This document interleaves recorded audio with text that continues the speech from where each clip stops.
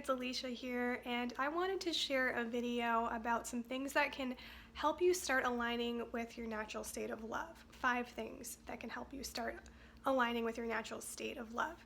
And you've probably heard me mention before what I mean by your natural state of love is where you embrace everything exactly as it is. You're in peace. You are doing what you love to do. Your cells are lit up. You're full of vitality. Abundance is your birthright joy. So you're meant to receive things fluidly and effortlessly. So what are some things that can assist you with that? So there's 5 things that I got a download of the other day that I wanted to share with you that I think could really help. The first is courage. So that really means like the courage to step into the unknown. You know, you might not know like what you're meant to do for a living, or what brings you joy, or who you're meant to be with, or who's really in your world or your reality, the people you're meant to meet. All of that is like maybe the unknown for you right now, and the courage to step into it and have everything else fade away that doesn't align with that, or the courage to feel your emotions rather than suppress them. So courage is something that's really going to assist you. Secondly is trust. So like trusting that the universe has your back, that you're going to be guided and fully resourced, that your body is going to guide you, that you actually are meant to receive. You will always be fed. You'll have everything that you need if you're aligning with your natural state of love. You're meant to. So trusting in that is going to help you a lot. Another thing is anchoring in your knowing and like really grounding and like I know that I know that I know that this is true for me. And how you know what's true for you and what's not is by tuning into your own body and what feels light and what feels heavy. I do have a separate video about that, and I can put a link to that here in the description. But if you really relax your body first and then feel into something, if you have a question about something, if you want to know if something's in your highest and best interest or if something is true or not, you tune into your body and you see if that statement or that question feels light or if it feels heavy. So if people say, if you have like a doctor telling you, oh, there's no way you're ever going to be able to run again because of your condition. You're never going to be able to dance again. You're never going to be able to play sports again, and that's something that you really love to do. When you think about that, start buying into that opinion of someone else, does that feel heavy or does that feel light? That probably feels heavy, and that's how you know that's not true for you. So anchoring into what you know is true. If your body is telling you that it feels light and expansive, if your body is telling you this feels heavy, anchor in that, like ground in it, and really anchor in what you know to be true.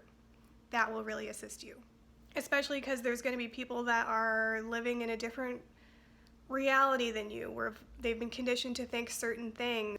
It can be very deterring when other people are like, whoa, that's not true, you can't actually have that. And so really anchoring in your truth and just letting them have their perspective and grounding in what you know is gonna really help you, and it's also gonna invite them into something higher. So that's really key.